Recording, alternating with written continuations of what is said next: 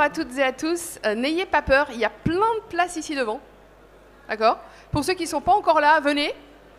Ça va être interactif, on va essayer de jouer ensemble. Voilà, donc on va passer 1 heure ensemble pour essayer. C'est très perturbant le son, le volume, de s'écouter comme ça. On va voir ensemble comment rendre nos entreprises plus résilientes et donc plus durables. Et donc je vais vous donner quelques clés pour y parvenir. Pour commencer, je vais me présenter.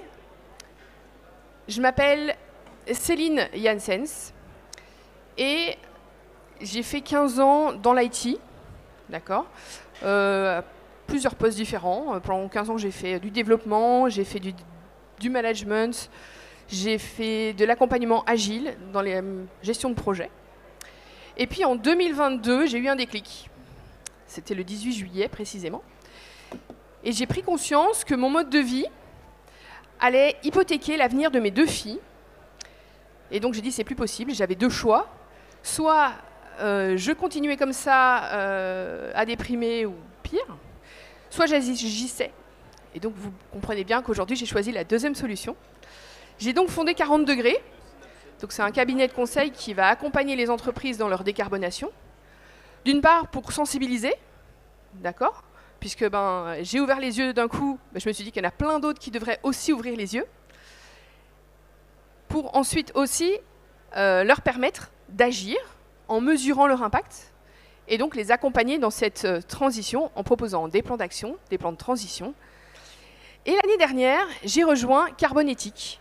Carbonétique, on en parlera un petit peu plus tard, mais c'est surtout leurs valeurs et leurs idées aujourd'hui que je défends. Voilà donc pour mon parcours. Je vais vous proposer d'en savoir un petit peu plus sur vous. Parce que c'est bien dans des conférences descendantes, mais moi j'aime bien l'interaction. Donc je vous propose de scanner ce petit QR code.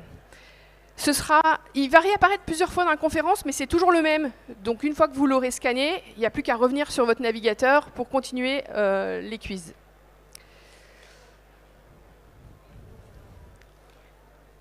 Et normalement, vous avez une flèche verte en attendant que moi je lance la suite. Donc, faisons connaissance. Je vous demande de répondre à cette petite question. Comment allez-vous aujourd'hui? C'est simple, efficace. Ça me permet de savoir si tout le monde est bien connecté.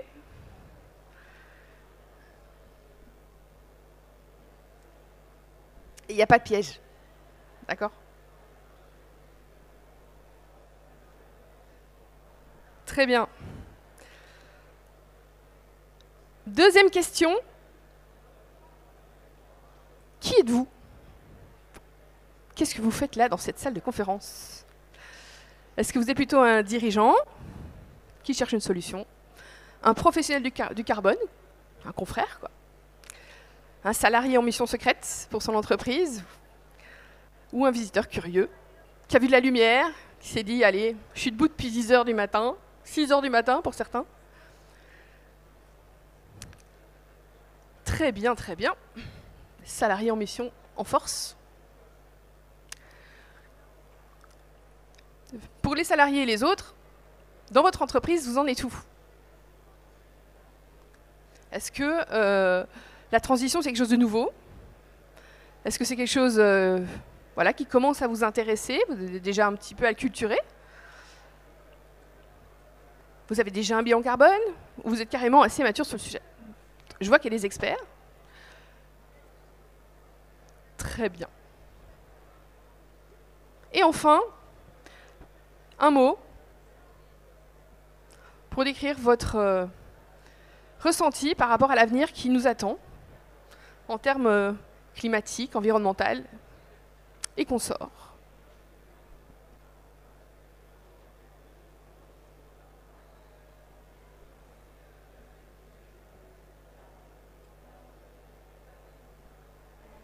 Allez-y. Essayez de détonner un petit peu. Inquiet. Anxieux. Il y en a qui ont de l'espoir. C'est beau à voir. Ça devient rare dans ce monde, surtout en ces temps-ci. Très bien.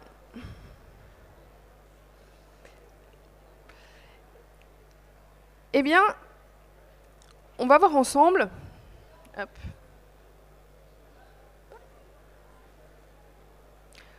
Pourquoi il faut réduire? Ça, je pense qu'on est tous d'accord qu'il faut réduire. On va faire rapidement un petit constat, tous ensemble, qu'on connaît, mais c'est toujours bien les petits piqûres de rappel. Ici, ce sont les émissions de CO2 qu'on observe dans l'atmosphère depuis 2000 ans. Ce qu'on voit, c'est que c'était assez stable avant. Et depuis qu'on joue avec le pétrole et toutes les autres énergies fossiles, on peut constater une explosion de cette concentration dans l'atmosphère. Ceux qui ont déjà croisé sur les réseaux Born in XXX ppm, c'est de là que ça vient. Si on sait exactement la quantité de particules qu'il y avait dans l'atmosphère à votre naissance, on peut vous dire à quelle date vous êtes né. Tellement ça augmente très rapidement. Cette concentration va forcément avoir des impacts. On parle de gaz à effet de serre, n'est-ce pas? Donc ça va réchauffer. Et ici, je vous ai fait une petite extraction de France Météo avec toutes leurs émissions d'Angers, donc ici, depuis les années 60. Ce qu'on constate, c'est que ça augmente aussi, comme les émissions de gaz à effet de serre. Et si vous n'êtes pas d'Angers, sachez que c'est à peu près la même chose pour les autres régions, dans le monde également. D'accord? Donc il n'y a aucune ville qui est épargnée, on va vers du réchauffement et c'est pas prêt de s'arrêter. Cette dernière, ces réchauffements, ces dérèglements climatiques vont avoir pas mal d'impacts. Ici, je vous ai mis une carte qui a été éditée par Le Parisien en 2022 et qui montre un peu une partie des aléas qu'on a pu connaître l'été 2022. Donc on peut constater qu'il y en a pas mal. Il y aura plus d'incendies, il y a eu plus de coups de foudre, des sécheresses, des grêlons, des inondations. Et ce n'est qu'une partie. Donc toutes ces conséquences sont liées donc à ce qu'on a vu avant. Et donc la question que je vous pose, c'est très bien, mais comment fait-on pour les limiter, ces conséquences? Eh bien, pour limiter ces conséquences, on a signé l'accord de Paris. Vous êtes tous au courant de ce que c'est l'accord de Paris? Oui? Donc l'accord de Paris va essayer de limiter ce réchauffement à 2 degrés, d'accord? Et tout faire pour essayer à 1 degré. Et voici ici une extraction qui vient ici du dernier rapport du GIEC et qui nous montre les 4 scénarios possibles. Et l'accord de Paris, ça va être le scénario ici en vert. L'objectif étant d'atteindre 2 tonnes par personne et par an en 2050. Est-ce que ce chiffre, vous l'avez à peu près tous déjà en tête? Pour ceux que ça ne parle pas, je vous invite à aller voir l'atelier 2 tonnes qui expose là-bas, hein, qui justement nous aide à comprendre c'est quoi ces 2 tonnes de personnes par personne par an. Chez Carbonétique, on s'est dit 2050, ça paraît pas si loin, mais c'est quand même difficile de s'y projeter. Donc on va aller voir plus près, en 2030. Ça veut dire quoi? 2 tonnes de CO2 par personne en 2050, bah, ça veut dire 5 tonnes de CO2 par personne et par an en 2030. 5 tonnes par an, c'est aussi encore difficile à chiffrer. Donc si on enlève les services publics, ça représente à peu près 10 kg de CO2 par personne par jour. Bon, ça veut dire quoi ça, 10 tonnes par CO2 par personne et par jour? Eh bien, je vous propose de tester. Hop. Parmi ces 4 propositions, il y a plusieurs choix possibles. Que représente 10 kg par jour? 10 kg de CO2. Qu'est-ce que c'est? Ça s'affiche pas? Ah, alors, attendez. Pour ceux que... Alors sinon, vous allez sur menti.com au-dessus et vous mettez le code qui est renseigné là au-dessus. Comme ça, vous pouvez rejoindre en cours de route.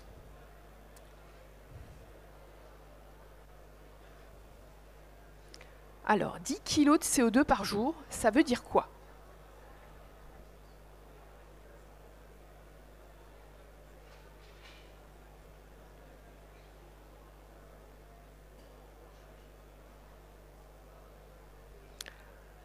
Alors, on va voir les bonnes réponses.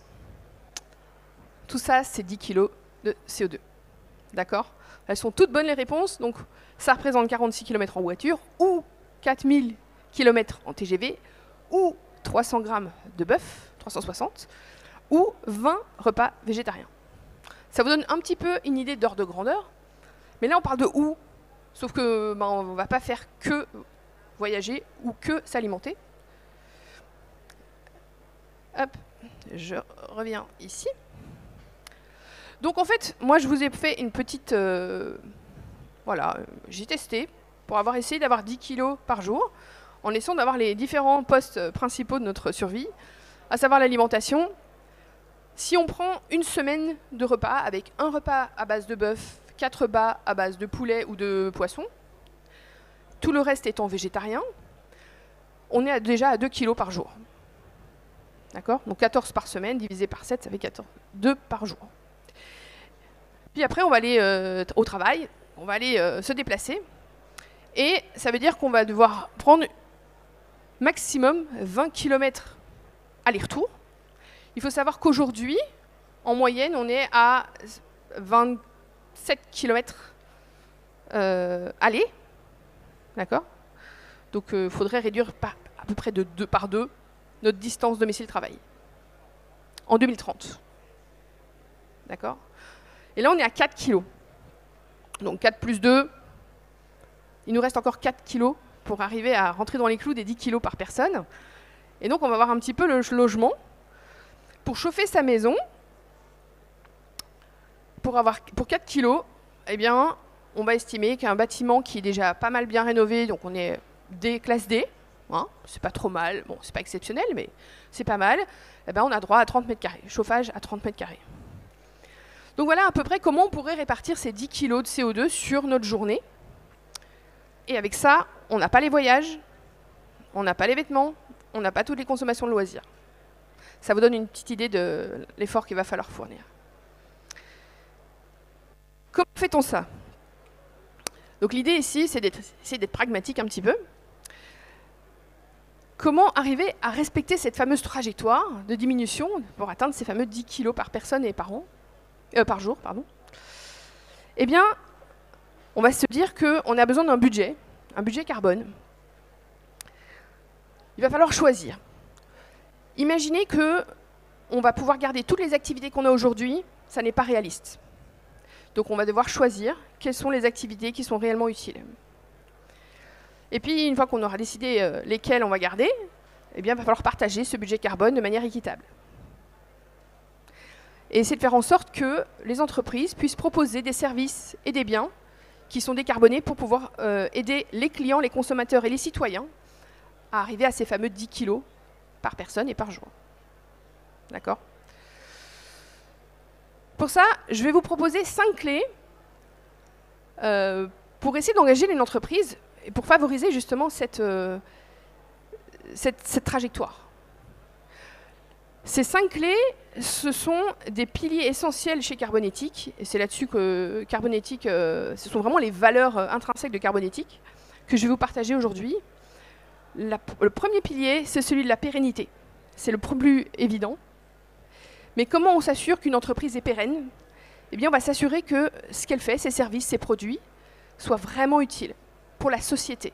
Pas utiles pour une ou deux personnes, pour la société. Une fois qu'on a défini ça, eh ben on va se dire très bien, c'est utile ou c'est moins utile, mais est-ce que c'est émissif ou pas? Est-ce que ce que je produis émet énormément ou a une responsabilité environnementale très importante? Donc ça va être la deuxième question à se poser. Tout ça pour favoriser quoi? Eh bien, les activités absolument indispensables à la vie,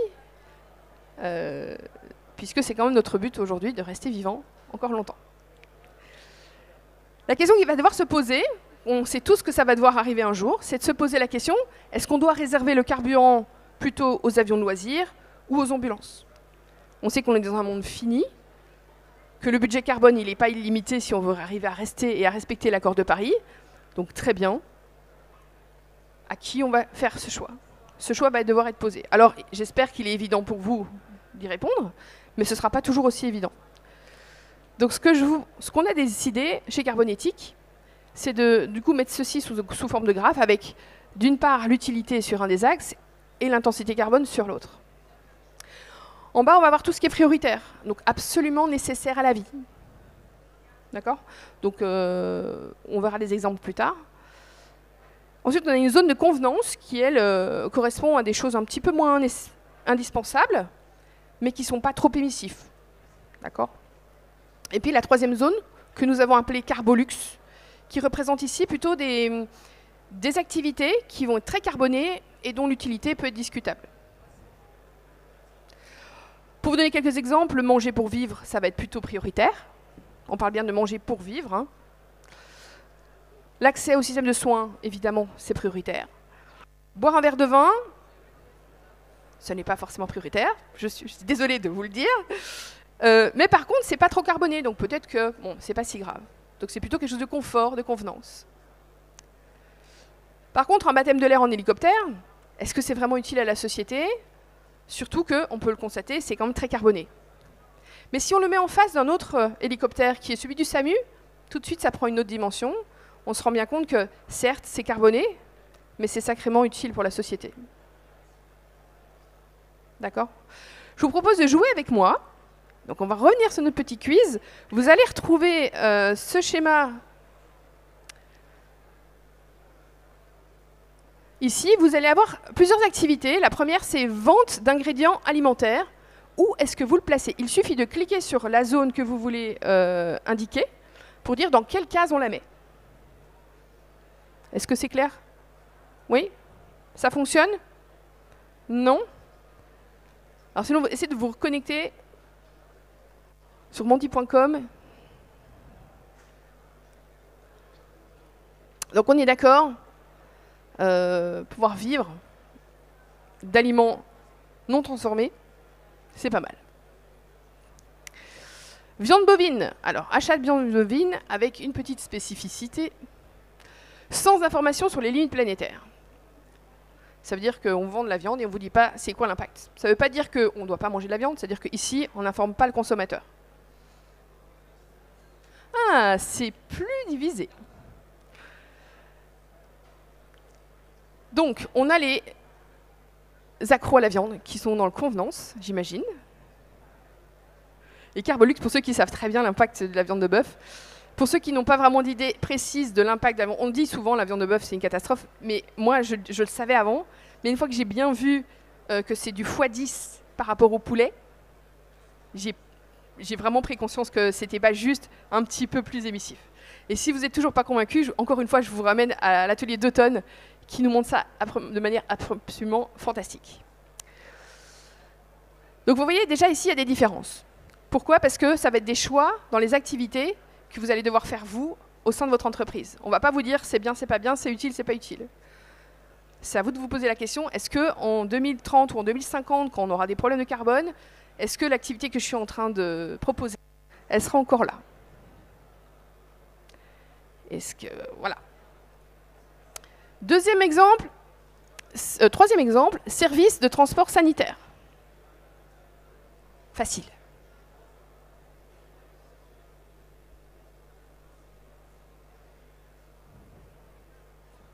Bon, pas de débat.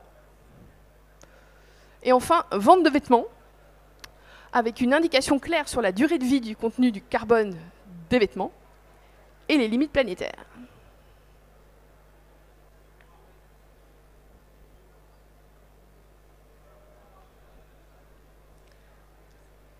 Donc, je vois que c'est aussi un petit peu divisé. Alors ici, on a mis une indication précisant que le vendeur de vêtements va indiquer à l'utilisateur l'impact carbone du vêtement et va aussi dire comment l'entretenir, éventuellement. Et donc, c'est au choix du consommateur de dire oui ou pas, c'est utile pour lui. D'accord? C'est pour ça que nous, on va plutôt mettre chez Carbonetics ça dans convenance éclairée, parce qu'on éclaire le consommateur. Le Carbolux, je peux concevoir qu'aujourd'hui, on a de quoi habiller 3 fois l'humanité avec tous les vêtements qui sont en circulation. Donc c'est vrai que la vente de vêtements aujourd'hui pourrait être considérée comme quelque chose de tout à fait superficiel. Je l'entends très bien. Encore une fois, c'est une question à se poser en interne par rapport à ses propres activités. Merci beaucoup pour ce petit jeu. Bravo, vous avez été super efficace. Le deuxième pilier, ça va être l'efficience. Donc une fois qu'on a choisi ce qu'on gardait ou pas, on va voir la partie, ok, je garde, et comment je fais pour réduire les émissions liées à cette fabrication, ou à ce produit, ou à ce service. Donc l'efficience, c'est faire la même chose en émettant moins de carbone, tout simplement. Dans le pilier efficience, ça veut dire aussi qu'on va devoir optimiser les process, s'assurer que finalement les matières premières soient peut-être moindres, on limite les matières premières, ou qu'on essaye de faire en sorte que ces matières premières soient le plus renouvelables possible. D'accord? Et pour ça, il n'y a pas de solution, il va falloir innover. Et quand on parle d'innovation, on ne parle pas que d'innovation technique. D'accord? Il y a plein de types d'autres innovations. Techniques, oui, on en aura besoin, mais il y a aussi des innovations sociales, sociétales, de process. Bref, il y a plein de choses possibles. Et puis, pour être efficient, il faut aussi un plan d'action formalisé. D'accord? C'est très bien de se dire, on a mesuré, mais maintenant, on fait comment? Il faut pouvoir formaliser quelque chose, un plan d'action, et s'y tenir. Et ce plan d'action, c'est très bien, mais je vois trop souvent des plans d'action qui sont des choses assez simples à mettre en place et qui n'ont pas forcément beaucoup de résultats. Donc il va falloir être un peu plus ambitieux. Et c'est ce qu'on va essayer de chercher aussi, c'est de trouver d'avoir des entreprises qui s'engagent vraiment, c'est-à-dire qui prennent un petit peu de risques, qui vont être dans l'ambition, mais dans le réalisme quand même. Parce que le pire, c'est les plans de transition qui sont peut-être trop ambitieux, les plans de transition trop ambitieux, mais derrière, on ne sait pas les mettre en place parce que c'est hors sol, c'est complètement trop loin de notre secteur d'activité et on n'arrive pas à le mettre en place. Donc, la difficulté, elle est là, c'est d'arriver à avoir un plan de transition à la fois ambitieux mais réaliste. Et il faut arriver sur le fil. Dans ce plan de transition, bien sûr, il faut que les actions soient cohérentes et en cohérence avec aussi l'enjeu de l'entreprise. Typiquement, une entreprise qui est dans l'industrie lourde avec des transformations de matières premières comme de l'acier, du métal, etc., s'il commence à réfléchir à diminuer les quantités de jus de café ou de jus de pomme à la cantine, on n'est pas du tout sur de la cohérence. D'accord ? Donc on va essayer de faire en sorte que le plan d'action soit cohérent avec les enjeux de l'entreprise. Les enjeux d'une industrie, c'est pas le jus d'orange, clairement. Ok ? Et puis mesurer le vrai progrès. Donc là, on est plutôt sur la partie mesure d'impact, avoir des indicateurs clairs pour pouvoir justement faire en sorte qu'on puisse mesurer notre progrès et l'amélioration de notre plan d'action. Et puis dernière chose pour la partie efficience, c'est des actions convergentes. Convergentes, ce qu'on entend par convergent, c'est de se dire on a des limites planétaires, le climat en fait partie, mais c'est pas tout. Le salon ici le montre bien, on a plein de solutions, pas seulement sur le carbone. Et donc faire des actions qui sont très bonnes pour le changement climatique, mais qui pourrissent les autres limites planétaires, on n'en veut pas. Donc l'idée, c'est vraiment d'avoir des actions cohérentes et convergentes avec les autres limites pour éviter de mettre la pression ailleurs et de déplacer le problème. Donc encore une fois, c'est le côté efficience, ça va passer par le fait d'éviter de mettre... d'avoir par exemple... Ici, on a des exemples. La mobilité de voitures diesel, si on décide d'en faire moins, c'est convergent. Si par contre on décide, ok, on arrête le diesel, mais on va mettre du bioéthanol à la betterave, ça veut dire quoi?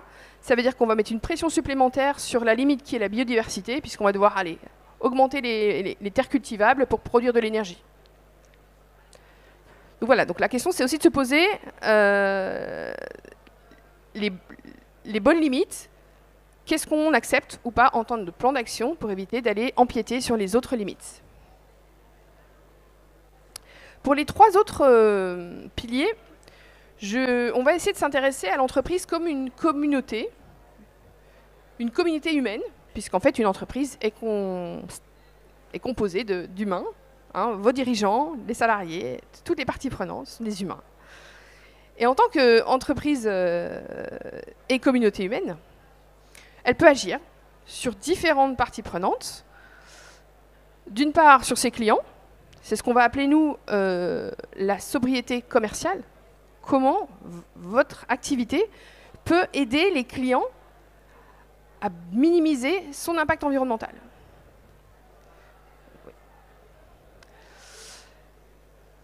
Donc, pour ça, il y a deux solutions.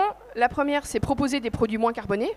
Aussi, je vous ai mis des exemples de capsules réutilisables. Ça, c'est une façon d'aider les clients à moins émettre. Et puis, en répondant aux justes besoins. Donc, pas essayer de vendre des choses que les gens n'ont pas vraiment besoin. Et donc, l'idée, c'est de pouvoir se dire, OK, je vais vendre exactement ce que les gens ont besoin. Et pas essayer de leur créer du besoin inutile. D'accord ? Donc, on va faire un petit exercice pour voir si vous avez bien compris.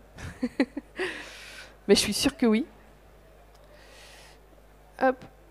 Ici, je vous ai mis 6 manières, 6 pratiques commerciales, lesquelles, d'après vous, sont d'ordre de sobriété commerciale. À vous de jouer.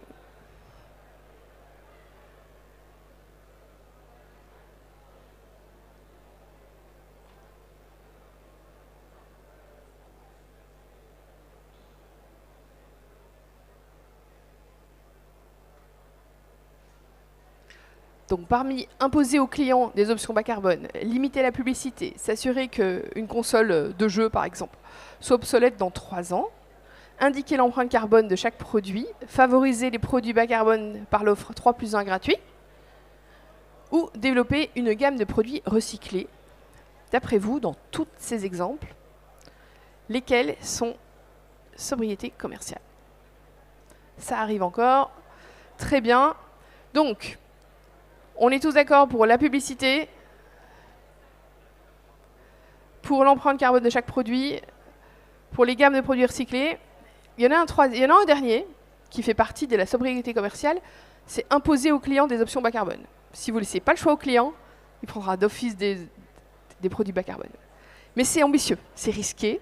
C'est aussi se dire, c'est un parti pris. Moi, je me vois toujours dans les magasins, imaginez, c'est souvent au rayon, je sais pas, shampoing. Je sais pas si vous avez déjà dans les rayons shampoing, il y en a 70 des shampoings. Et puis parfois, on a des choses, nouvelles formules, mais ils gardent l'ancienne formule. Si la nouvelle est meilleure, pourquoi garder l'ancienne? Pourquoi proposer 56 variétés alors qu'il n'y en a peut-être qu'une qui est vraiment meilleure? Donc c'est vraiment une question à proposer, c'est vraiment un parti pris, encore une fois, c'est risqué, parce que ça veut dire aussi peut-être rediriger les clients vers des concurrents potentiels, mais c'est aussi peut-être s'assurer d'une légitimité si on décide, ok, celui-là, on l'a travaillé à fond, il est bas carbone, il fonctionne bien, il est efficace, et il sera bon pour votre porte-monnaie, pour votre santé et pour l'environnement. Mais c'est un vrai parti pris. Vous connaissez peut-être l'histoire de Mustela?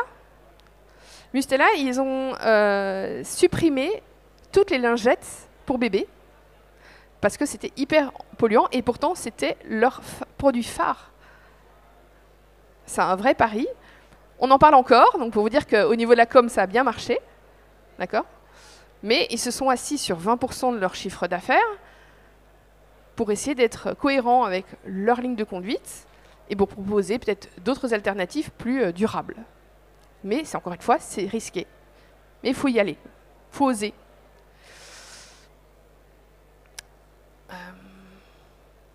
Ça, c'est fini.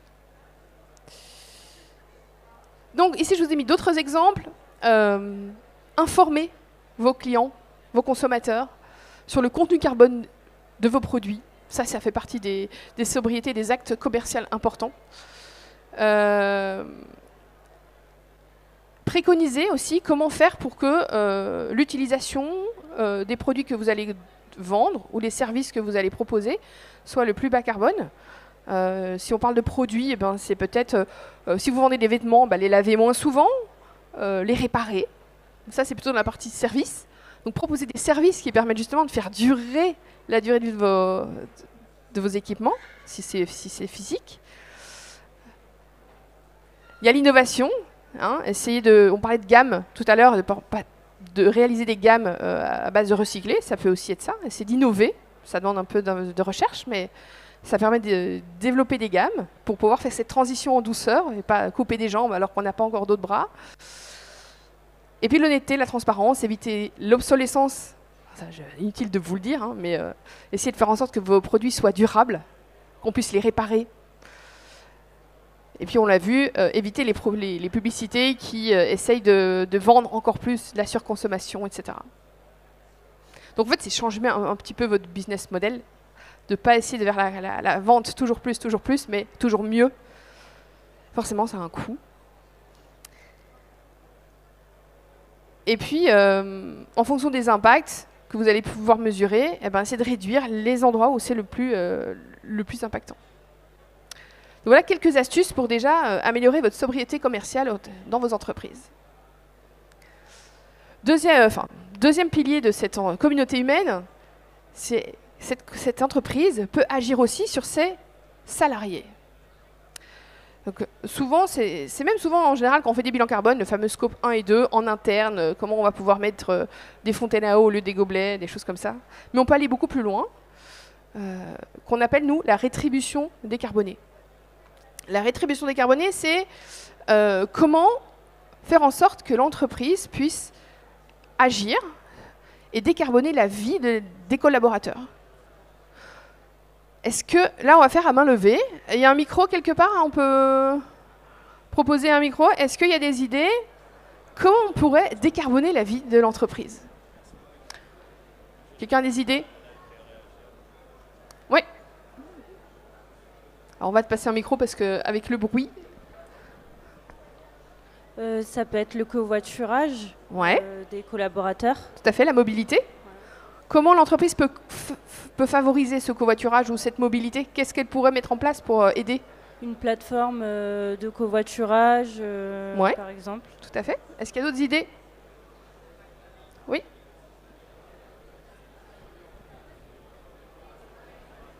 Aider à l'achat de vélo ou vélo électrique? Oui, tout à fait. Si on quitte un peu la mobilité, est-ce que quelqu'un a d'autres idées? Si on parle d'alimentation, par exemple, on parlait des grandes... Qu'est-ce que l'entreprise peut faire? Oui. Mettre une cantine ou des stands, justement, où il y a de l'alimentation durable, par exemple. Oui, tout à fait. Tout à fait. Merci. Alors ici, je vais vous proposer quelques autres idées pour aller un peu plus vite. En effet, des primes à la mobilité douce. Vous pouvez encourager justement vos salariés à venir en train, en vélo. Je sais qu'il y a déjà des choses qui se font dans les entreprises et par l'État. Vous pourrez avoir une politique interne pour dire « Ok, pas de vol intérieur ». Dans le cadre de vie, c'est essayer de prévoir justement... alors, pas forcément une cantine, mais au moins un lieu où les gens peuvent venir manger sur place sans devoir rentrer chez eux le midi. Déjà, ça fait des déplacements moins. Puis former, sensibiliser, aider vos salariés à mieux comprendre l'enjeu pour justement qu'ils puissent s'approprier ces différentes choses à faire. Et puis les avantages que vous pouvez donner aux salariés, on parle par exemple de plan d'épargne bas carbone, s'assurer qu'ils soient bas carbone. Ou les voyages CSE. Vous savez, les voyages CSE parfois qu'on fait, qu'on organise un week-end, le CE organise un voyage d'un week-end, éviter de prendre l'avion peut-être, ça pourrait aussi me permettre de montrer l'exemple. Voilà, c'est plein de petites choses comme ça que l'entreprise peut mettre en place pour essayer de faire en sorte que la vie dans l'entreprise soit décarbonée. Et puis le dernier pilier de cette communauté humaine, ça va concerner un peu tout le monde, c'est la fameuse partage et équité. Donc pour qu'on puisse parler de sobriété, eh bien, il faut qu'on ait un partage qui soit juste. Vis-à-vis des collaborateurs, il y a ce fameux écart de salaire. En France, je sais que c'est absolument tabou de publier les salaires, mais sachez que ça débunk énormément de malentendus et de fantasmes des salariés vis-à-vis des salaires des patrons. J'ai vécu dans une entreprise qui a eu le courage de publier les salaires de tout le monde, des patrons y compris. Et finalement, on se dit, mais en fait, vis-à-vis des responsabilités qu'il a, c'est pas si énorme. Et la plupart des employés souvent fantasment un peu les salaires des PDG en disant... Donc voilà, ça permet aussi d'être clean et se dire, ok, nous on est droit, on est juste, on sait pourquoi on paye nos collaborateurs comme ça. Il n'y a pas de discrimination. Les femmes et les hommes sont payés pareil. Voilà, enfin, bref, c'est assez vertueux finalement de publier les salaires. Bon, c'est très, très touchy comme sujet, donc je ne vais pas aller plus loin. Égalité des chances. Et puis on parlait d'investissement avec quelqu'un là sur le salon. Et l'investissement bas carbone, c'est un vrai levier pour agir.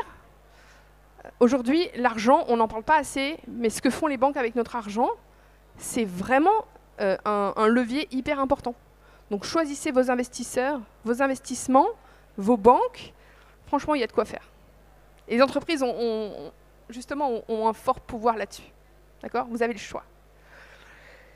Et enfin, pour les fournisseurs, eh bien, vous pouvez aussi exiger certaines choses. Mettez en place des chartes à faire avec vos fournisseurs. Pour les petits fournisseurs, essayez de les embarquer dans votre transition. Leur dire, écoutez, nous, on est sensible à ça.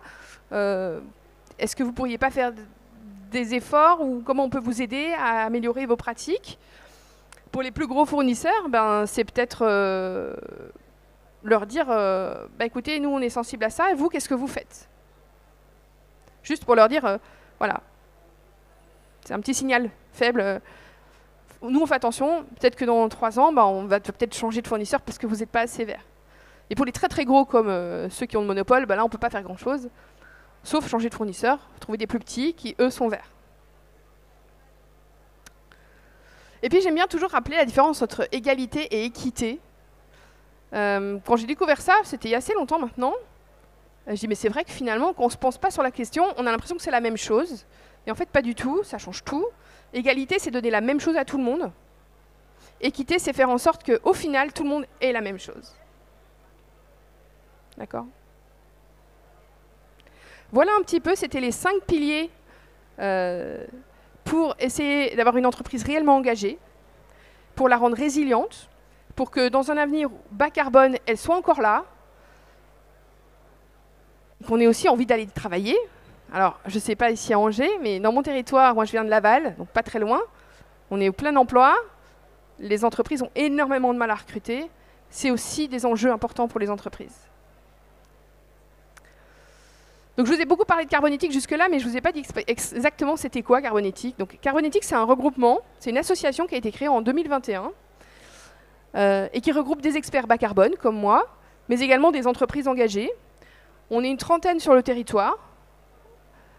Et puis notre objectif à tous, c'est justement de transformer les entreprises pour essayer d'être alignés avec l'accord de Paris et pour que d'ici 2030, on arrive à ces fameux 10 kilos par personne et par jour. C'est ambitieux, mais ensemble, c'est possible.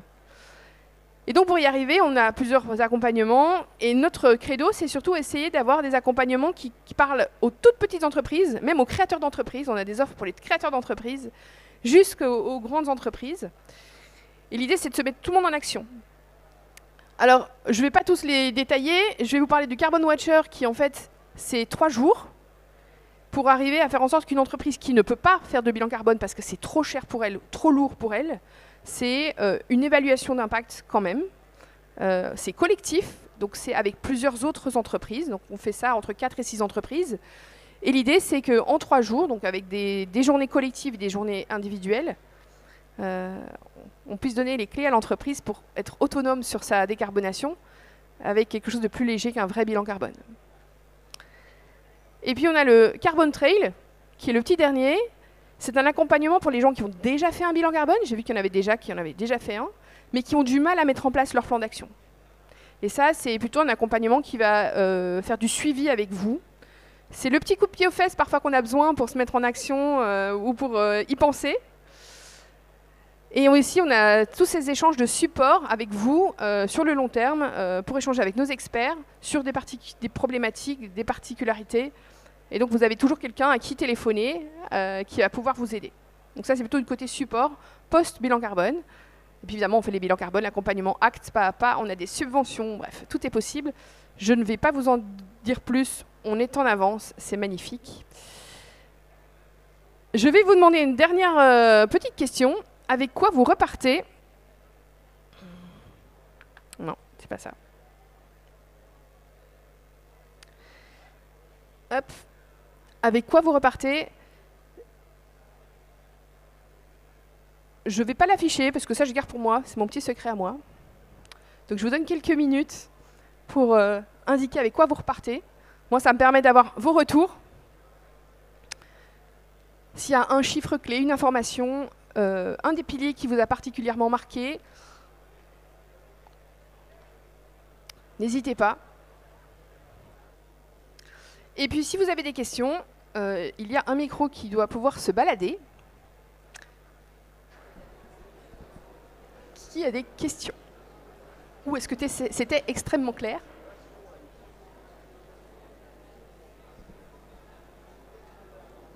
Pas de questions. De toute façon, si vous avez des questions qui arrivent, nous, on est juste là, vraiment juste à côté. Là. C'est facile. Merci en tout cas pour votre attention. Et puis, je vous souhaite une bonne fin de journée. Et puis, petit conseil pour ceux qui sont là aujourd'hui, ne traînez pas à aller manger, parce que dans un quart d'heure, c'est le rush. Merci beaucoup. En tout cas, je suis disponible au stand ici pour avoir des flyers, des cartes de visite, des questions. N'hésitez pas, je suis là pour y répondre. Merci beaucoup.